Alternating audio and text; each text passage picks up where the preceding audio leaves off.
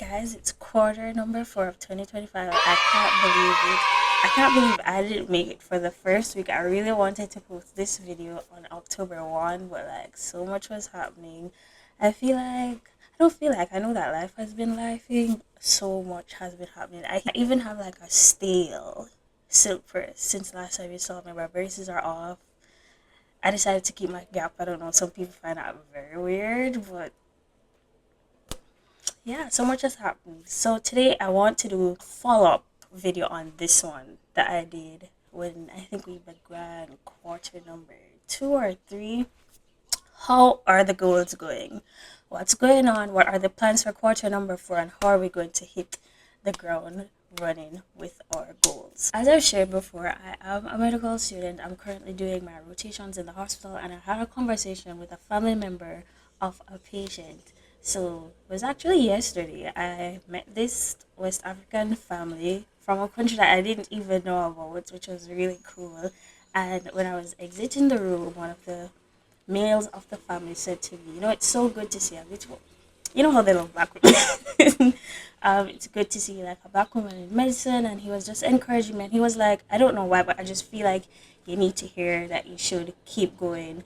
You can achieve your goals, which is so funny because I knew I needed to evaluate my goals for quarter number 4, see what the barriers are, see what I need to reassess, see what I need to implement to get the job done and to finish the year strong. So hearing that, I was like, I know, trust me, like, thank you so much. Like, it was such a breath of fresh air. And that's what I want to do for you guys today. The text that came to my mind, and I was thinking about this, is a story really in Mark 9. It's documented by Mark. And I think it's in Mark, don't quote me. It's in another gospel. Um, and it's about this boy that was possessed with a spirit. The boys brought to the disciples, they can't help. So then Jesus, after being on a mountain with Peter, James, and John, goes, sees the boy, and asks, what's going on? What's causing the argument here? Father tells Jesus that this boy has been troubled with a demon since he was a little boy. And then this is what the father says to Jesus. The spirit often throws him into the fire or into the water. This is Mark 9, verse 22. Trying to kill him. Have mercy on us and help us if you can. This is the New Living Translation. Then in verse 23, Jesus says, what do you mean if I can? That's not in the King James Version. I just love this little. What do you mean if I can? Jesus asked, and then Jesus said, anything is possible if a person believes. The father instantly cried out. Bear in mind, all of this conversation, this is so good. This just came to me. This conversation is happening while the boy is actively possessed by a demon. He's actively seizing, actively frothing at the mouth.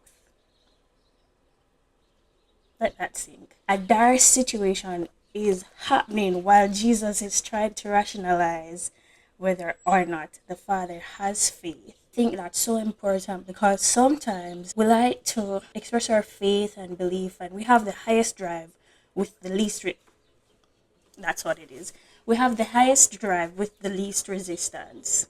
So when things are easier in our lives, we're like, oh my gosh, yes, I can go to the gym. Yes, I can study for like this amount of time without hesitation. But when we're sick, when we're having like relational issues, when we're having a bad day, like when we wake up late, helter skelter. But when we feel like we're at our best and we're in our prime, it's like yes, we can get things done. And most often, we do get things done when we feel like we're in our prime. But what happens when there's an urgent, negative, like bothersome situation currently happening when you need to exercise your faith? Can you mount yourself up to that challenge? And that's what I want to call us to do in quarter number 4. Back to the story. So the father instantly cried out because the situation is dire. If I need to believe to get this situation fixed, of course I'm going to believe 100%. And if you see anything in me that resembles unbelief, Lord, help, help it.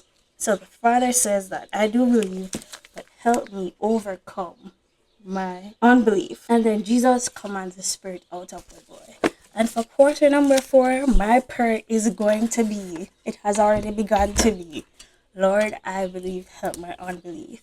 I've evaluated some of my goals and I know they're going to take a lot of work, like so much work, but the Lord has been answered. Some of my, like, being in medicine is weird. It's like you want certain opportunities, but at the same time, you don't want it to be at the cost of a patient's health.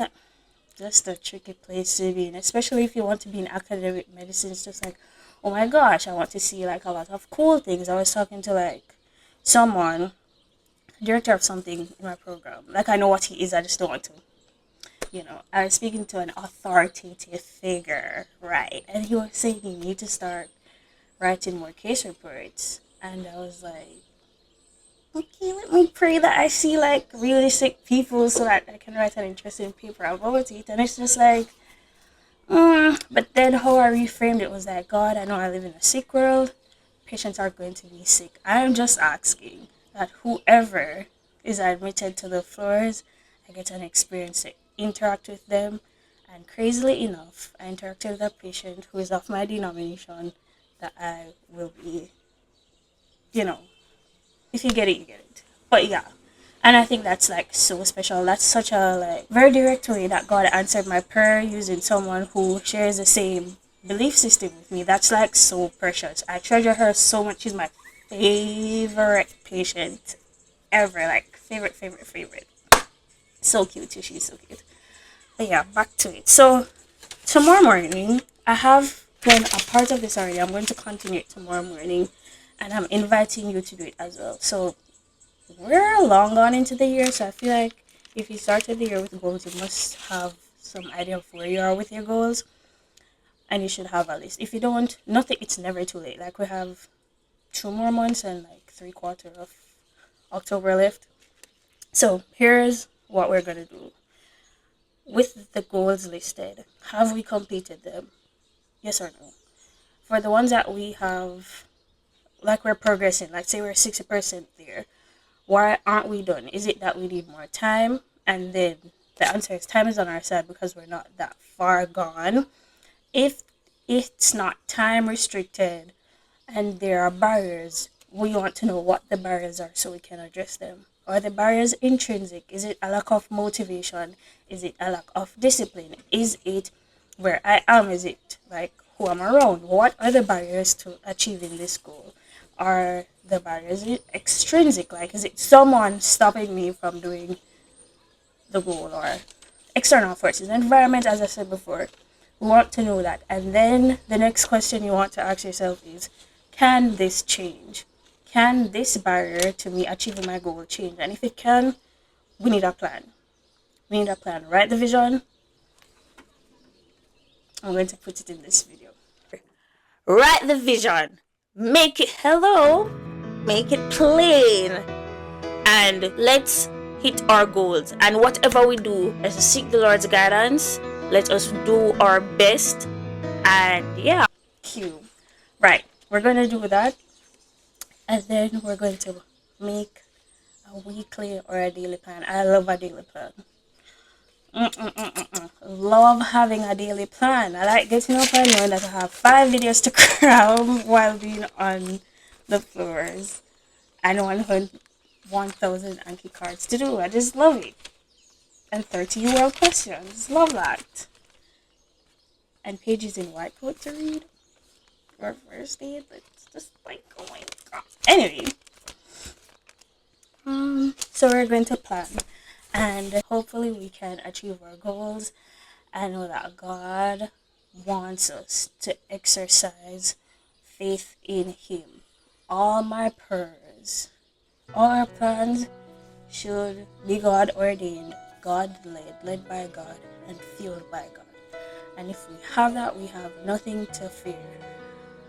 Some goals, there's this particular goal I'm postponing until my birthday next year because I feel like I'm probably at the goal, but like we can.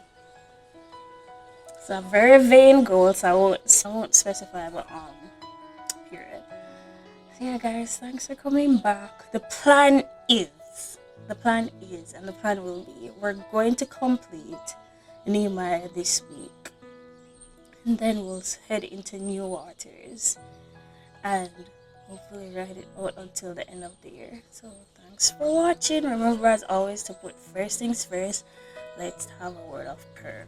Father in heaven, we thank you so much for the gift of existing that you have gifted to us, and the gift of purpose that you allow us to have to fuel us daily, and our relationships with you, the reason that you created us to be in relationship with you, and from that flows our purpose, and we thank you for that. I pray that as we enter, we're already in it. As we go through quarter number 4, that you help us with our goals, help us with our dreams, help us with our aspirations. May we see your leading and your guidance in unequivocal ways that we cannot attribute them to others but to you. Thank you in advance. Thank you for what you have done in the first 3 quarters. We love you so much, and continue to lead, guide, and direct us in Jesus' name. Alright, guys, see you tomorrow for if you've been watching the Nehemiah series, just like a minute. Come on. Alright. Thanks so much, you guys. Bye.